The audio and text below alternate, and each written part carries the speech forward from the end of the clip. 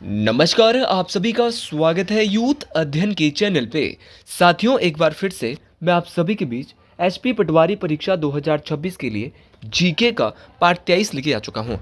Part 23 का जो पहला क्वेश्चन है कि इनमें से किस भारतीय राष्ट्रपति का कार्यकाल सबसे कम था। Who among the following had the shortest tenure as the president of India. देखिए, ऐसा कौन सा भारत का राष्ट्रपति था जिसका टेन्योर जो है वो सबसे कम था, तो इनका नाम था डॉक्टर जाकिर हुसैन। अगर इन चारों में से बात करें तो डॉक्टर जाकिर हुसैन ऐसे व्यक्ति थे जो कि सबसे कम समय तक अपने पद पर रहने वाले भारत के राष्ट्रपति थे। ये बात आपको डिटेल से याद रखनी है। अच्छा, क्वेश्चन पूछने वाला क्वेश्चन आपसे ये भी पूछ सकता है कि जो डॉक्टर जाकिर हुसैन है वो कब से कब तक भारत के राष्ट्रपति रहे, तो ये 1967 से 1969 तक भारत के राष्ट्रपति रहते हैं। ये बात आपको याद रखनी है।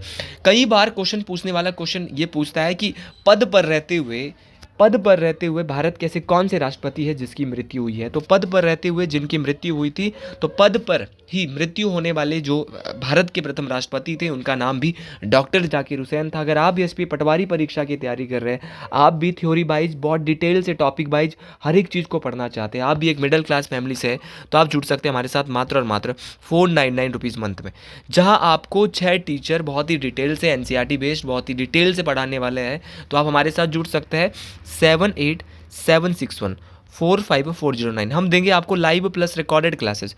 जो क्लास लाइव होगी उस क्लास को आप रिकॉर्डेड घर आके, आप कहीं पे जॉब करते हैं तो बाद में आराम से रात को रिकॉर्डेड देख सकते हैं। पिछली क्लासेस जितनी भी हुई है अभी तक 15-20-30 दिनों की, जो 15-20 दिन की क्लासेस हुई है उसको भी आप रिकॉर्डेड देख सकते हैं। तो अगर आप हमारे बैच के साथ जुड़ना चाहते हैं तो आप दिए हुए नंबर 7876145409 पे 499 के साथ एनरोल हो सकते हैं। मतलब कि 499 में आपको इतने कम रुपए में 6 टीचर आपको पढ़ा रहे हैं और दिन की कम से कम 6 से 7 क्लासें आपको यहाँ पे मिल रही है। चचा, कई बार क्वेश्चन पेपर में पूछा जाता है कि भैया भारत के ऐसे कौन से राष्ट्रपति है जो कि निर्विरोध चुने गए। निर्विरोध बोले तो उनके सामने कोई खड़ा ही नहीं हुआ, तो वो थे आपके नीलम संजीव रेड्डी। अच्छा, नीलम संजीव रेड्डी भारत के कैसे राष्ट्रपति थे, ये कई बार ये क्वेश्चन पूछा गया है। तो नीलम संजीव रेड्डी भारत के ऐसे राष्ट्रपति थे जिनको निर्विरोध चुना गया, और ये भारत के ऐसे कौन से राष्ट्रपति है जो कि लोकसभा के अध्यक्ष भी रह चुके हैं। ये क्वेश्चन भी कई बार आया है, तो आपको ये बात भी याद रखनी है कि लोकसभा के जो अध्यक्ष रह चुके हैं वो आपके नीलम संजीव रेड्डी है मेरे साथी, और ये भारत के निर्विरोध बोले तो सर्वसम्मति से चुने जाने वाले भारत के राष्ट्रपति भी है। अगर बात करें इनके कार्यकाल की, ये कब से कब तक भारत के राष्ट्रपति रहे थे, तो ये 1977 से 1982 तक 5 सालों तक भारत के राष्ट्रपति रहे थे नीलम संजीव रेड्डी। यहाँ पे ऑप्शन में एक नाम दिया है ज्ञानी जेल सिंह। अगर बात करें ज्ञानी जेल सिंह की, तो ये भारत के कैसे राष्ट्रपति थे और ये कब से कब तक भारत के राष्ट्रपति रहे थे, क्वेश्चन ये भी पूछा जा सकता है। देखो, पटवारी का पेपर इस बार टफ आने वाला है, इसीलिए चीज़ों को बहुत गहनता से पढ़ना है। तो 1982 से लेकर 1987 तक आपको डिटेल से याद रखना है कि 1982 से लेकर 1987 तक इसको भारत का जो ज्ञानी जेल सिंह को भारत का राष्ट्रपति बनाया जाता है। लेकिन ये कैसे राष्ट्रपति थे, तो कई बार परीक्षाओं में क्वेश्चन पूछता है एग्जामिनर कि भारत के पहले सिख राष्ट्रपति कौन है, तो वो थे आपके ज्ञानी जेल सिंह। इनके बारे में एक बार क्वेश्चन पूछा गया था कि भारत के ऐसे कौन से राष्ट्रपति है जिन्होंने सर्वप्रथम वीटो का प्रयोग किया था। तो भारतीय डाक अधिनियम 1986 में इन्होंने रोका था, और इसके खिलाफ वीटो का प्रयोग करने वाले भारत के पहले राष्ट्रपति भी कौन थे, ज्ञानी जेल सिंह थे। अच्छा, एक नाम और यहाँ पे दिया है डॉक्टर सर्वपल्ली राधाकृष्ण। ये कौन थे सर, डॉक्टर सर्वपल्ली राधाकृष्ण? तो दो बातें इनके बारे में याद रखनी है। एक तो ये भारत के दूसरे राष्ट्रपति थे, ये 1962 से लेकर 1967 तक भारत के दूसरे राष्ट्रपति बनते हैं, और साथ ही साथ में ये भारत के प्रथम उपराष्ट्रपति भी थे। तो भारत के प्रथम उपराष्ट्रपति, ये दोनों बातें आपको याद रखनी है। भारत के पहले बने थे उपराष्ट्रपति, और उसके बाद जब राजेंद्र प्रसाद जो कि भारत के पहले राष्ट्रपति है, उनके बाद इनको क्या बनाया गया, भारत का दूसरा राष्ट्रपति बनाया गया, और ये दूसरे राष्ट्रपति बने थे 1962 से लेकर 67 तक। याद रखना है, बहुत इंपॉर्टेंट है। और एक बार क्वेश्चन पूछा गया था, देखो कितने घुमा के क्वेश्चन दे रहा है एचपीआरसी, कि दक्षिण भारत के पहले राष्ट्रपति कौन है। तो दक्षिण भारत, देखो ये कहाँ से थे, दक्षिण भारत से थे, तो दक्षिण भारत के पहले थे और भारत के कौन से थे, दूसरे। गलती बिल्कुल नहीं करनी है, एग्जामिनर ऐसे क्वेश्चन आपसे परीक्षाओं में पूछेगा, आपको एक एक बात याद रखनी है। भारत के प्रथम राष्ट्रपति पूछेंगे तो डॉक्टर राजेंद्र प्रसाद है, जिनको देश रत्न और अजात शत्रु के नाम से जाना जाता है। अगर बात करूं मैं आपकी डॉक्टर राजेंद्र प्रसाद की, तो एकमात्र भारत के राष्ट्रपति जिनको 2 बार भारत का राष्ट्रपति बनाया गया है? कौन भैया? डॉक्टर राजेंद्र प्रसाद। और वर्तमान में कौन है? तो वर्तमान में द्रौपदी मुर्मू है, जो कि 2022 से 2027 तक भारत की राष्ट्रपति रहेगी, जो कि किस जनजाति से है? संथाल जनजाति से है। बेसिक क्वेश्चन तो देखो पता होने चाहिए। चलिए जी, संथाल जनजाति ये उड़ीसा में है। अगले क्वेश्चन की ओर बढ़ते हैं। अगला क्वेश्चन है, who led the revolt of 1857 in Kanpur? देखिए, कानपुर में जो 1857 ईस्वी की जो क्रांति हुई थी, उसका नेतृत्व, उसका नेता कौन था? ये क्वेश्चन परीक्षाओं में कई बार पूछा गया है। तो कानपुर की अगर मैं बात करूं, तो कानपुर से जो 1857 की जो क्रांति का जो नेतृत्व किया था, वो आपका नाना साहिब के द्वारा किया गया था। ये बात आपको जरूर याद रखनी है। कई बार परीक्षाओं में क्वेश्चन पूछा जाता है कि जो तात्या टोपे है, उन्होंने कहाँ से यहाँ पे नेतृत्व किया था? तो तात्या टोपे के द्वारा जो नेतृत्व किया गया था, वो आपका ग्वालियर से किया गया था। ग्वालियर आपको जरूर याद रखना है कि ग्वालियर से किसने किया? तो ग्वालियर से जो किया था, वो आपका तात्या टोपे ने किया था। उसी प्रकार आपका रानी लक्ष्मीबाई की बात करते हैं, तो इनके द्वारा झांसी से किया गया था। झांसी आपको जरूर याद रखनी है। अब आप बोलेंगे वीर कुंवर सिंह के द्वारा कहाँ से किया गया था? तो वीर कुंवर सिंह के द्वारा जगदीशपुर, कहाँ से किया गया था साथियों? जगदीशपुर से जो है वो वीर कुंवर सिंह के द्वारा 1857 की जो क्रांति है, उसका नेतृत्व किया गया था। ये क्वेश्चन कई बार परीक्षाओं में पूछा गया है। अच्छा जी, बात करें 1857 की क्रांति की। ये क्रांति जो है वो कब और कहाँ से शुरू हुई थी? तो 1857 की जो क्रांति है वो मेरठ से शुरू हुई थी। अब शुरुआत तो मेरठ से हो गई, लेकिन क्वेश्चन कई बार पूछा जाता है कि शुरू कब हुई? तो शुरू हुई थी 10 मई 1857। 1857 तो सबको पता है, लेकिन डेट भी अब पूछी जा रही है। तो 10 मई 1857 को 1857 की क्रांति शुरू होती है। लेकिन क्वेश्चन पूछते हैं कि भैया जो पहले स्वतंत्रता सेनानी हैं, जिनका नाम मंगल पांडे था, वो किस रेजिमेंट से थे? तो वो आपके 34वीं रेजिमेंट के सिपाही। कौन सी? याद रखना है, 34वीं रेजिमेंट के सिपाही थे मंगल पांडे। और ये इन्होंने जो है वो बैरकपुर छावनी से विद्रोह किया था। बैरकपुर कहाँ पड़ता है? तो बैरकपुर पड़ता है पश्चिम बंगाल में। ये क्वेश्चन कई बार परीक्षाओं में पूछा गया है कि पश्चिम बंगाल बैरकपुर जो है, वहीं से आपका विद्रोह किया था आपके मंगल पांडे ने। ये बात आपको जरूर याद रखनी है। एक बार क्वेश्चन पूछा गया था कि वर्ष 1857 की क्रांति में स्वाधीनता संग्राम के प्रतीक क्या था? तो भाई जो 1857 की जो क्रांति का जो स्वतंत्रता संग्राम था, उसका प्रतीक था कमल और रोटी। कमल और रोटी। तो कमल और रोटी के बारे में आपने ज़रूर याद रखना है। ये बात बड़ी इंपॉर्टेंट है, परीक्षाओं में पूछी जाती है। एक बार क्वेश्चन पूछने वाले ने क्वेश्चन पूछा था कि 1857 की जो क्रांति था, उसका कारण क्या था? तो उसका था भाई आपका एनफील्ड राइफल। एनफील्ड जो राइफल थी, उसमें चर्बी लगी थी, तो उनमें चर्बी का प्रयोग किया जा रहा था। तो एनफील्ड राइफल में चर्बी वाले कारतूसों का प्रयोग तत्कालिक कारण था, एक मुख्य कारण था 1857 की क्रांति का। साथियों, एक बार क्वेश्चन पूछा गया था कि जब 1857 की क्रांति हुई थी, तो भारत के गवर्नर जनरल कौन थे? तो उनका नाम था लॉर्ड कैनिंग। तो लॉर्ड कैनिंग का नाम भी आपको जरूर याद रखना है, ये नाम भी बहुत इंपॉर्टेंट है। एक बार क्वेश्चन पूछने वाले ने क्वेश्चन पूछा था कि जब 1857 की क्रांति हुई थी, तो भारत का गवर्नर जनरल कौन था? लॉर्ड कैनिंग था। लेकिन आप ये बताइए कि जब 1857 का विद्रोह होता है, उस समय इंग्लैंड का प्रधानमंत्री, ब्रिटिश प्रधानमंत्री कौन था? तो उनका नाम था पाल्मस्टन। एक एक क्वेश्चन याद रखिए। जितने क्वेश्चन मैं डिटेल से बोल रहा हूँ ना आपको, आप इनको याद रखिए। यहीं से क्वेश्चन आते हैं और कहीं से नहीं आते। आप डिटेल से पढ़ते जाइए, क्वेश्चन यहीं से आने वाले और कहीं से नहीं आते मेरे साथी। लेकिन पढ़ना पड़ेगा, बिना पढ़े कुछ होने वाला नहीं है। ये आप भी जानते हैं, हम भी जानते हैं। मेहनत के बिना जो है वो मंजिल यहाँ पे नहीं मिलती है। मंजिल लेनी है तो मेहनत करनी पड़ेगी, और मेहनत बहुत दिल जान से करनी पड़ेगी, तब जाके बात बनने वाली है। तो कई क्वेश्चन यहाँ से पूछे जाते हैं। और जब हम बहुत सारे बच्चे बोलते हैं, क्या आप जब क्या क्वेश्चन ही कराते हो जब आप यहाँ पे अपने बैच में एनरोल कराते? नहीं, वहाँ पे क्वेश्चन बिल्कुल नहीं होते। वहाँ सिर्फ मॉक होता है सैटरडे को। वहाँ पे आपको जो है वो डिटेल स्टडी मिलने वाली है। हर एक टॉपिक को हम डिटेल से कवर करने वाले हैं। जैसे कि 1857 की क्रांति एक अलग से टॉपिक होगा, आपका proto historic period, pre historic period, आपका जो वैदिक सभ्यता है, आपका इंडस वैली सिविलाइजेशन। तो अलग अलग टॉपिक हम कवर करने वाले हैं, बोथ मीडियम में, चाहे इंग्लिश है, चाहे आपका मैथ है। मैथ में जैसे परसेंटेज अलग से टॉपिक आएगा। तो हर सब्जेक्ट का अलग अलग टीचर है, तो आप जरूर विजिट करें, मात्र 499 में। और अगर कोई इससे भी कोई फाइनेंशियली बहुत वीक है, जो बिल्कुल कोचिंग नहीं ले सकता, वो मेरे नंबर पे कांटेक्ट कर ले, जो मैंने शुरुआत में आपको नंबर दिया है।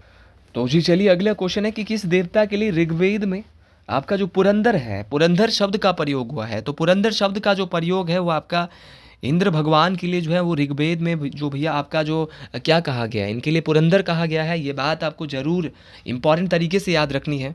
पुरंदर के अलावा इनको और क्या क्या कहा जाता था? तो पुरंदर के अलावा इनको 10 यून, ये क्वेश्चन भी आ सकता है कि 10 यूहन किसको कहा जाता है, तो 10 यूहन अगर, और इसके अलावा आपका पुरोमिद क्या है, पुरोमिद, तो पुरोमिद है आपका 10 यूहन है। तो ये सारी बातें आपको ज़रूर याद रखनी है। तो पुरंदर है, 10 यूहन है, आपका पुरोमिद है, आपको ज़रूर याद रखना है, ये मोस्ट इम्पॉर्टेंट है। और ऋग्वेद के जो सबसे प्रमुख देवता माने जाते थे इंद्र। और बहुत इम्पॉर्टेंट है कि अग्नि को ऋग्वेद में क्या कहा गया है, तो अग्नि को पथीकृत, क्या कहा गया है, पथीकृत कहा गया है। साथियों पथीकृत का मतलब है पथ का निर्माता। तो पथ का निर्माता ऋग्वेद में किसको कहा जाता है, तो अग्नि को पथ का निर्माता कहा जाता है। उसी प्रकार आपका जो बहुत बार आपका जो पूछा गया है, जो आपका ऋग्वेद की सबसे पवित्र नदी कौन सी है, तो ऋग्वेद की सबसे पवित्र नदी सरस्वती है। लेकिन एक बार क्वेश्चन पूछा गया था कि सबसे अधिक बार ऋग्वेद में किस नदी के बारे में बताया गया है, तो वो बताया गया है सिंधु नदी के बारे में। तो सबसे पवित्र नदी आपकी सरस्वती है, लेकिन सबसे ज़्यादा बार जो ऋग्वेद में बताया गया है वो सिंधु नदी के बारे में बताया गया है। ऋग्वेद की बात करें तो कई बार बहुत बेसिक क्वेश्चन आता है कि ऋग्वेद में कितने मंडल है, तो ऋग्वेद में आपके 10 मंडल है। और 10 मंडलों में भी अगर अंदर जाके क्वेश्चन पूछेगा तो क्वेश्चन पूछता है कि ऋग्वेद का जो आपका 9वां मंडल है उसमें क्या बोला जाता है, तो ऋग्वेद के 9वें मंडल में सोम देवता की चर्चा की गई है। किसकी की गई है, सोम देवता की चर्चा की गई है। कई बार क्वेश्चन पूछा है कि ऋग्वेद का जो तीसरा मंडल है, 10वें में से जो तीसरा मंडल है उसमें क्या बोला गया है, तो कई बार क्वेश्चन पूछा गया कि गायत्री मंत्र की चर्चा ऋग्वेद के किस मंडल में की गई है, तो ऋग्वेद का जो तीसरा मंडल है वहाँ पर गायत्री मंत्र की चर्चा की गई है। और जहाँ पे ये बोला गया है कि जो कि सूर्य देवता की पुत्री सावित्री को ये संबोधित किया गया है। ये बात तो किसको संबोधित है गायत्री मंत्र, तो सूर्य देवता की पुत्री सावित्री को ये संबोधित है। अच्छा, ऋग्वेद का जो आपका 8वां मंडल है उसमें क्या है, तो उसमें हस्तलिखित ऋचाएँ है। तो हस्तलिखित ऋचाएँ किस में है, तो 8वें मंडल में है। कई बार क्वेश्चन पूछा गया है कि भैया जो आपका ऋग्वेद है, ऋग्वेद में जो है आपका दसरागी युद्ध के बारे में कहाँ पे बोला गया है, तो प्रसिद्ध दसरागी युद्ध की जो चर्चा है वो ऋग्वेद के 7वें मंडल में की गई है।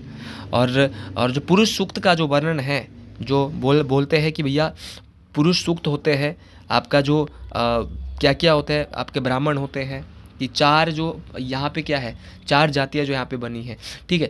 तो ये कौन से, तो ये पुरुष सूक्त का जो वर्णन किया गया वो ऋग्वेद के 10वें मंडल में किया गया है। तो ये सारे क्वेश्चन आपको याद रखने हैं। और ऋग्वेद में कितने मंत्र है, तो इसमें जो है वो 10,462 ऋचाएँ हैं और 1028 श्लोक कितने हैं, तो 1028 श्लोक है ऋग्वेद में। ये बात आपको ज़रूर मोस्ट इम्पॉर्टेंट तरीके से याद रखनी है। यहाँ पर पूछा गया मेरे साथ ही एक क्वेश्चन आपको परीक्षाओं में नंबर दिलाने वाला है और आप हर एक बात को डिटेल से याद रखने वाले हैं। चलिए अगले क्वेश्चन की ओर। अगला क्वेश्चन है कि भारत में संसद के संयुक्त अधिवेशन की अध्यक्षता कौन करता है। देखो अध्यक्षता कौन करता है, क्वेश्चन ये बोल रहा है। तो संसद के संयुक्त अधिवेशन की अध्यक्षता करेगा आपका speaker of Lok Sabha, who presides over the joint session of parliament in India. तो जॉइंट सेशन जो होगा उसको प्रिजाइड करेगा, उसकी जो अध्यक्षता करेगा वो करेगा स्पीकर ऑफ लोकसभा। अब आप बोलेंगे वर्तमान में भारत के स्पीकर ऑफ लोकसभा कौन है, तो वो है भैया आपके ओम बिरला। देखो प्रेजेंट वाले तो आपको याद रखने हैं, पटवारी का पेपर है उतना भी टफ नहीं आएगा जितना टीजीटी का आया था, लेकिन टफ आएगा, क्वेश्चन में घुमाएगा आपको। तो ओम बिरला भारत के वर्तमान में क्या है, आपके लोकसभा के अध्यक्ष है। अच्छा जी, ये तो लोकसभा के अध्यक्ष है, लेकिन क्वेश्चन ये पूछा जाता है कि संसद का जो संयुक्त अधिवेशन होता है, संसद के 2 सदन है, एक राज्यसभा है, एक लोकसभा है। अब इनको अध्यक्षता तो कर रहा है लोकसभा का अध्यक्ष, स्पीकर ऑफ लोकसभा, लेकिन बुलाता कौन है, ये थोड़ा सा बड़ा बेसिक क्वेश्चन है। तो इनको जो बुलाने का काम करता है वो करता है भारत का राष्ट्रपति। कौन करेगा, भारत का राष्ट्रपति। और किस आर्टिकल में इनको बुलाने की बात की गई है, तो आर्टिकल नंबर 108। संसद के संयुक्त अधिवेशन की बात भारतीय संविधान के अनुच्छेद नंबर 108 में की गई है। और ये प्रावधान जो हमने लिया है वो ऑस्ट्रेलिया देश के संविधान से ले रखा है, ठीक है, कि हम जो है वो संविधान की जो संसद होगा उसकी संयुक्त अधिवेशन भी बुला सकते हैं। अगर संसद का संयुक्त अधिवेशन बुलाया जाए, अभी नया संसद भवन बना है 28 मई 2023 को, तो उसमें बैठने की क्षमता कितनी है, कई बार ये क्वेश्चन परीक्षा में पूछा गया है। तो संयुक्त अधिवेशन में बैठने की क्षमता है 1272। तो 1272 यहाँ पे संयुक्त अधिवेशन में बैठने की क्षमता है। और आप भी अपने स्वास्थ्य का बिल्कुल ध्यान रखें, क्योंकि अगर ठंड लग जा रही है, आजकल बारिश हिमाचल के अंदर नहीं हो रही है, तो थोड़ा सा प्लीज़ सभी लोग अपना ध्यान रखें, क्योंकि जब तक बारिश नहीं होगी तब तक लोग ऐसे ही बीमार होते रहेंगे। और ये जो कोहरी ठंड है वो आपको परेशान कर सकती है, इसीलिए आप भी थोड़ा सा पैक रहिए, कपड़े पहनिए। क्योंकि मैं खुद की बताऊँ तो बहुत बीमार हो गया था अभी, तो इस वजह से वीडियोज़ नहीं डाल पाए, उसके लिए आपसे क्षमा प्रार्थी हूँ और आपके लिए हमेशा 100% अपना देता रहूँगा। यूथ अध्ययन के जितने भी वो बच्चे जो कोचिंग नहीं ले सकते, उनके लिए ये चैनल साथियों खुला है। अच्छा, बात करें भाई आपका भारत के उपराष्ट्रपति की, ये क्या होता है? इसके बारे में क्वेश्चन पूछा जाता है कि जो भारत का उपराष्ट्रपति होता है, ये क्या होता है? राज्यसभा का स्पीकर होता है, राज्यसभा का अध्यक्ष होता है। तो राज्यसभा का अध्यक्ष कौन होता है? भारत का उपराष्ट्रपति होता है। और वर्तमान में जो भारत के उपराष्ट्रपति है वो कौन है? वो है आपके सीपी राधाकृष्णन। तो ये बात जरूर याद रखिए भाई कि सीपी राधाकृष्णन कौन है? भारत के उपराष्ट्रपति है। गलती तो देखो करनी नहीं है, गलती करने वालों को नंबर यहाँ पे मिलते नहीं है। भारत के प्रधानमंत्री नहीं पूछे जाते, कौन है? नरेंद्र मोदी जी है, सबको पता है, क्योंकि अगर ये भी नहीं आए तो फिर पेपर में फ़ायदा ही नहीं है वहाँ जाने का। अच्छा जी, एक बार बहुत ही बेसिक क्वेश्चन पेपर में पूछ लिया था कि भारत के प्रथम लोकसभा अध्यक्ष कौन है जिनके विरुद्ध लोकसभा में अविश्वास प्रस्ताव बोले तो नो कॉन्फिडेंस मोशन लाया गया। तो पहली बार भारत के ऐसे लोकसभा के अध्यक्ष जिनके विरुद्ध लोकसभा में अविश्वास प्रस्ताव लाया गया, तो वो थे जीबी मावलंकर। अब आप बोलेंगे जीबी मावलंकर कौन है? तो ये भारत का वो पहला व्यक्ति है, गणेश वासुदेव मावलंकर पहला व्यक्ति है जो कि पहला लोकसभा का अध्यक्ष है और पहला ऐसा व्यक्ति है जिसके विरुद्ध क्या लाया गया था? आपका अविश्वास प्रस्ताव, नो कॉन्फिडेंस मोशन लाया गया था। ऐसे क्वेश्चन देखो परीक्षाओं में पूछेगा, इंसान जो है एग्जामिनर पूछेगा। एक बार क्वेश्चन पूछने वाले ने क्वेश्चन पूछ लिया था कि आपके लोकसभा की प्रथम महिला अध्यक्ष कौन है? बोले भैया प्रथम महिला अध्यक्ष तो मीरा कुमार है, सब लोगों ने बता दिया उस एग्ज़ाम में। लेकिन एक फिर एग्ज़ाम दोबारा हुआ और उस एग्ज़ाम में क्वेश्चन पूछने वाले ने क्वेश्चन पूछा कि मीरा कुमार का कार्यकाल बता दो। अब स्टूडेंट ने तो बोला कि मैं तो प्रथम महिला अध्यक्ष पढ़ के गई थी, लेकिन एग्जामिनर बोलता है मेरी गलती नहीं है, आपको पढ़ के आना है, आप डिटेल्स पढ़िए, उनका कार्यकाल भी पढ़ के आइए, क्योंकि ये फेमस है ना, पहली महिला है तो पढ़ना पड़ेगा। तो 4 जून 2009 से आपकी 4 जून 2014 तक भारत की जो लोकसभा अध्यक्ष थी वो आपकी कौन है? पहली लोकसभा अध्यक्ष बनी थी मीरा कुमार। अच्छा, एक बार बहुत बेसिक क्वेश्चन पूछा गया था कि राज्यसभा के लिए नामांकित या नॉमिनेट होने वाली प्रथम महिला अभिनेत्री, पहली हीरोइन जो राज्यसभा के लिए चुनी गई, तो उनका नाम था नरगिस दत्त। अब आपका लेवल इतना बढ़ गया है कि एग्जामिनर ये भी दे सकता है, ये तो पहली है, सबको पता है, आप इनका कार्यकाल बता देंगे। तो राज्यसभा का कार्यकाल होता है 6 वर्ष और लोकसभा का होता है 5 वर्ष। तो इनका था 1980 से 1986 के बीच। आपको ये सारे क्वेश्चन याद रखने हैं, ठीक है? और अगर आप ये दोनों क्वेश्चन को याद रखेंगे ना तो बहुत कुछ मिलने वाला है। अच्छा, लोकसभा का जो सेक्रेटरीएट होता है, लोकसभा का जो सचिवालय होता है, वो किसके नियंत्रण में होता है? एक बार ये क्वेश्चन पूछा गया। तो लोकसभा का सचिवालय लोकसभा के अध्यक्ष के नियंत्रण में होता है। ये बात आपको कई बार परीक्षा में पूछी गई है, तो गलती बिल्कुल नहीं करनी है। अगले क्वेश्चन की ओर बढ़ते हैं। तो जी अगला क्वेश्चन है कि which industry is known as sunrise industry. देखो ना जाने ये क्वेश्चन कई बार कॉम्पिटेटिव एग्जाम में आ चुका है, तो फिर गलती किस बात की करनी है? तो भैया आपका सूचना प्रौद्योगिकी जो है, इंफॉर्मेशन टेक्नोलॉजी जो है, आपका आईटी उद्योग जो है, इसको सनराइज उद्योग के नाम से जाना जाता है। गलती बिल्कुल नहीं करेंगे। तो ये बात आपको ज़रूर याद रखनी है कि सनराइज उद्योग के नाम से आपका जाना जाता है आपका सूचना प्रौद्योगिकी। एक बार क्वेश्चन पूछने वाले ने क्वेश्चन पूछा था कि आप एक आसान सा क्वेश्चन बता देंगे कि भारत में सिल्वर सिटी के नाम से किसको जाना जाता है? तो सिल्वर सिटी के नाम से कटक उड़ीसा को जाना जाता है। ये कई बार क्वेश्चन पूछा गया है। एक बार क्वेश्चन पूछने वाले ने क्वेश्चन पूछा था भारत का मैनचेस्टर किसे कहा जाता है? तो भारत का मैनचेस्टर आपका अहमदाबाद को कहा जाता है, जो कि गुजरात में है। भारत का बोस्टन, तो भारत का बोस्टन है, चाहे भारत का मैनचेस्टर है, ये अहमदाबाद को कहा जाता है। फिर क्वेश्चन पूछा था उत्तर भारत का मैनचेस्टर, तो उत्तर भारत का मैनचेस्टर कानपुर को कहा जाता है और दक्षिण भारत का जो मैनचेस्टर है वो कोयम्बटूर को कहा जाता है। मेरे साथ ही एक बार क्वेश्चन पूछा गया था कि आंध्र प्रदेश की सिल्क सिटी किसको कहते हैं? तो वो धर्मावरम को कहते हैं। धर्मावरम आपको जरूर याद रखना है। धर्मावरम क्या है? तो धर्मावरम जो है आंध्र प्रदेश की सिल्क सिटी के नाम से जाना जाता है। फिर एक बार क्वेश्चन पूछा, बड़ा प्यारा क्वेश्चन था कि पेठा नगरी के नाम से भारत में किसे जाना जाता है? तो आगरा को पेठा नगरी के नाम से जाना जाता है। ये क्वेश्चन कई बार पूछा गया है। ताज का शहर, तो ताज से समझ जाएंगे ताजमहल कहाँ पर है, तो जहाँ ताज का शहर है वही ताजमहल है भैया। कहाँ पर है? आपका आगरा में है। चलो जी, ये बात भी समझ गए, कोई दिक्कत नहीं है, हमको दिक्कत है नहीं और आपको भी दिक्कत होने वाली नहीं है। फिर क्वेश्चन पूछा था एक बार कि आपका जो नवाबों का शहर है वो किसको कहा जाता है? तो नवाबों का शहर, यूपी की राजधानी जो है लखनऊ को जो मेरे साथी नवाबों का शहर कहा जाता है। ये आप ज़रूर याद रखिए, कई बार ये क्वेश्चन पेपर में पूछा गया है। फिर एक बार क्वेश्चन पूछा गया था कि मंदिरों एवं घाटों का शहर भारत में किसको कहते हैं? तो मंदिरों एवं घाटों का शहर किसको कहेंगे? अरे वाराणसी को। भारत की काशी के नाम से जाना जाता है भाई वाराणसी। तो बहुत इंपॉर्टेंट है। और याद रखना आपका जो अगर बात करें, बहुत बहुत इंपॉर्टेंट क्वेश्चन अगर आपसे पूछा जाएगा कि झीलों का शहर भारत में किसको कहा जाता है, तो नैनीताल को झीलों का शहर कहा जाता है। तो अगर आपको भी वीडियो पसंद आई हो और अगर आप भी हमारे बैच के साथ जुड़ना चाहते हैं तो 7876145409 आप इस नंबर पे कांटेक्ट कर सकते हैं और हमारे बैच के साथ जुड़ सकते हैं। सभी लोगों को राधे राधे, राम राम, हर हर महादेव।